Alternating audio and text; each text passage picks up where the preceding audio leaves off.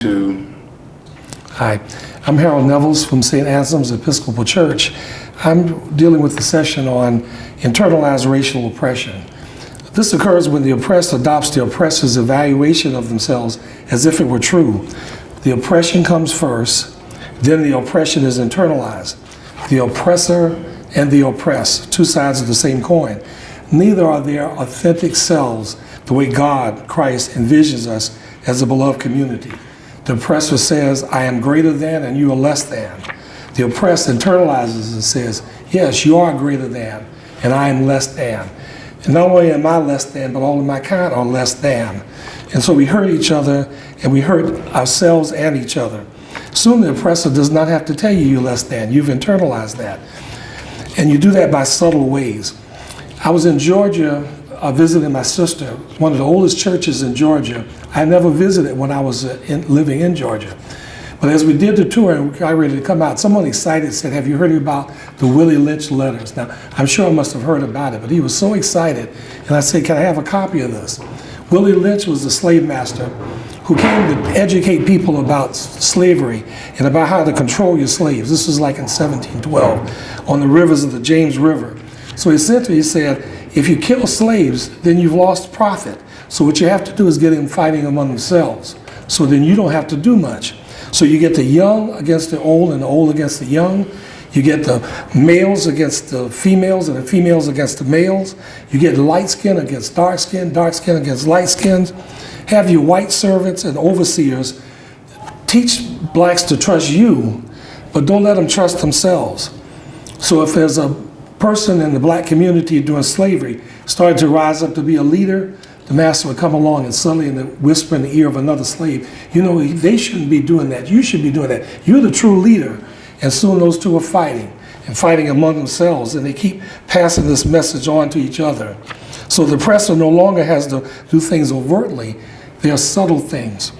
There's still ways that we do this now where subtle oppression is occurring with these things called microaggressions every day, where there's discrimination in education, banking, housing, retail, and in religion, using language and imagery in books and movies, where there are subtle forms that keep black people from feeling less than. This is a death by 1,000 cuts. In your handout, you have lists of things, examples of internalized racism. Many black people in my age group can give you a lot of other examples. For instance, everybody's familiar with the crabs. If you have crabs in a barrel and one is about to climb out, the other crabs will grab them and pull them down. This is a funny phenomenon. I'm just not sure why that happens, but black people do that too. If somebody's getting ahead, there's always some jealousy and somebody's pulling them back down. Black is less than. I remember in 1977, the movie Star Wars came out. I went to see it 5 or 6 times. And I came back to church and told everybody, let's go see this movie. And all across the country, people were using Star Wars in their sermons. The force be with you is this force that combines all of us, and it's a natural part of the universe. It binds us. But nobody talked about the dark side of the force, being the evil side. I guess that sounded cooler back then. Don't get seduced by the dark side of the force. Don't get seduced by the evil side of the force, which sounds better.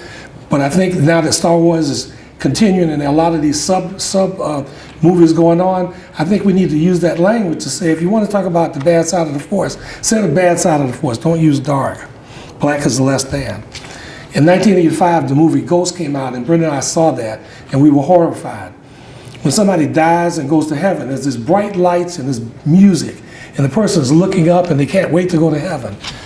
But if you die and you're bad, there's something black comes screeching out of the woodwork, and they grab you, and they don't just grab you and take you away. It takes a long time. This black thing is grabbing the person, and it takes a long time screeching. Bad stuff. Dark metaphors. The biggest pain for me in recent years is realizing that the church has been behind a lot of this internalized oppression. Good Christians singing hymns on Sunday in the old days, but black people hanging from trees. Strange fruit. Good people singing hymns on Sunday and talking about God loves everybody, but then voting to suppress voting rights of others.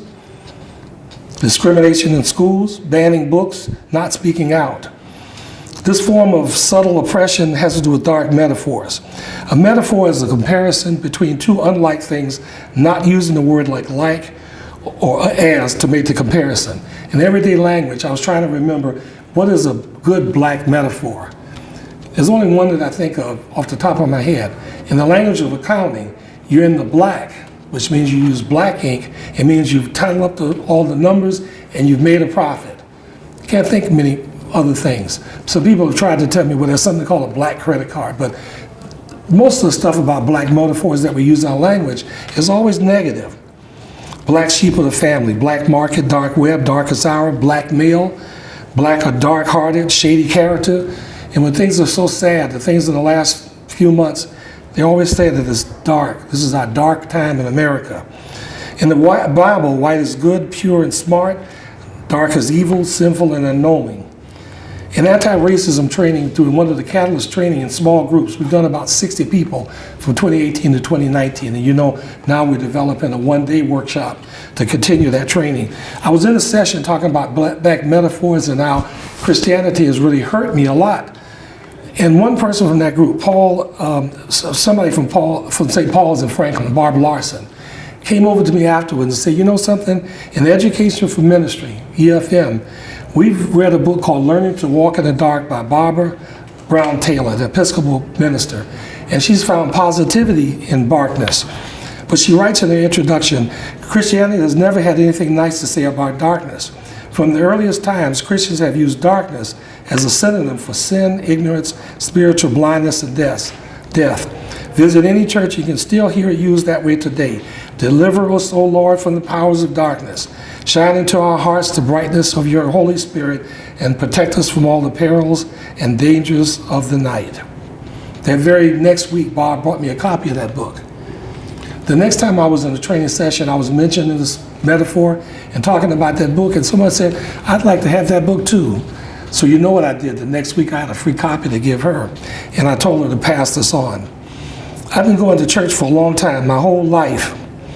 I remember as a little kid running from Bible study to Sunday school with a little card stuck in my hand with a white Jesus on it. So excited. White Jesus. In our training, we've learned about the Doctrine of Discovery. This is where a Catholic Pope, now this is a Catholic Pope, wrote in 1493 something called the Doctrine of Discovery. And essentially he said, as people were colonizing the world, when you go to an area and there are no Christians there, you can take the stuff. You can take the land, you can kill them, you can rape them, you can make them slaves, and that's okay. Now this is the Pope saying this. In this country, in America, we call that manifest destiny. And it's almost as if people thought they had a God-given right to steal the land from indigenous people. Take their land, take their stuff, take their lives, kill or enslave them, and don't think anything about it. As a matter of fact, they took indigenous kids from their home, ripped them from their homes, put them in a school, cut their hair off, took their religion from them, and tried to make them white. They were not accepted in white folks' areas and not accepted back in their own tribes. These are Christians doing this. In 2016, as a lay reader, I had to read Ephesians 5, 8 through 14. Once you were in darkness, but now in the Lord you are light. Live as children of the light, for the fruit of the light is found in all that is good and right and true, trying to find what is pleasing to the Lord. Take no part in unfruitful works of the darkness, but instead expose them. You get the idea. I was very uncomfortable with this reading these verses. And sometimes I'd read a verse like this and I can change it, but you can't change much in that. So I stopped being a lay reader.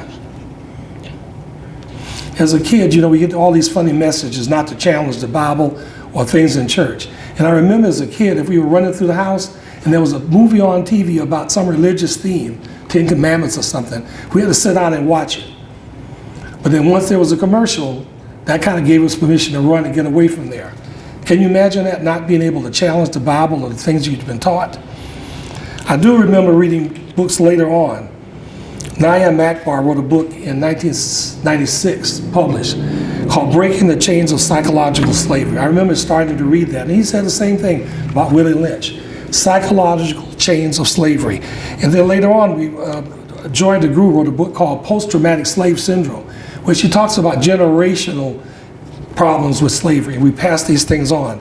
She talks about the mother who is with her child, and the slave master comes by in the old days and says, oh, so-and-so is looking pretty good. And you know what that means. So mother says, oh, there's nothing to her. She's dumb, she's stupid, she's not worth it.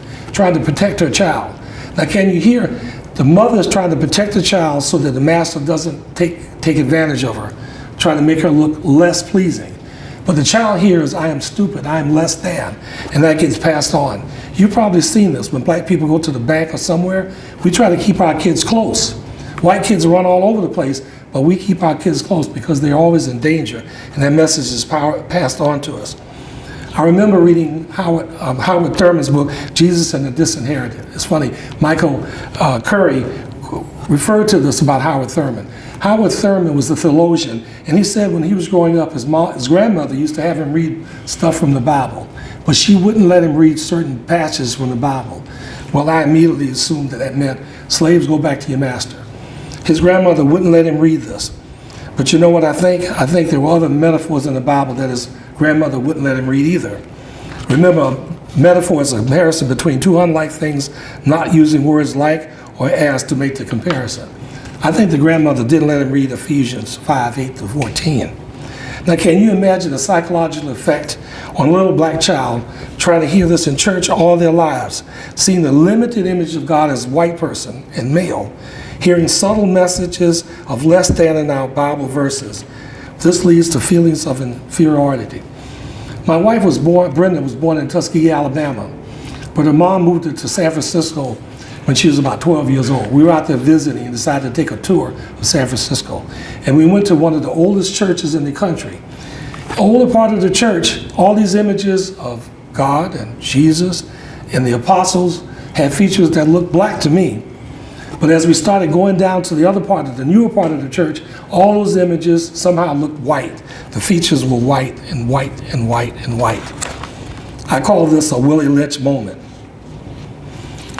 At my place where I worked, it was one of my mentors was retiring, and I got him a picture. One of my favorite pictures is this hand of somebody, a black guy, reaching down to try to bring a black guy up.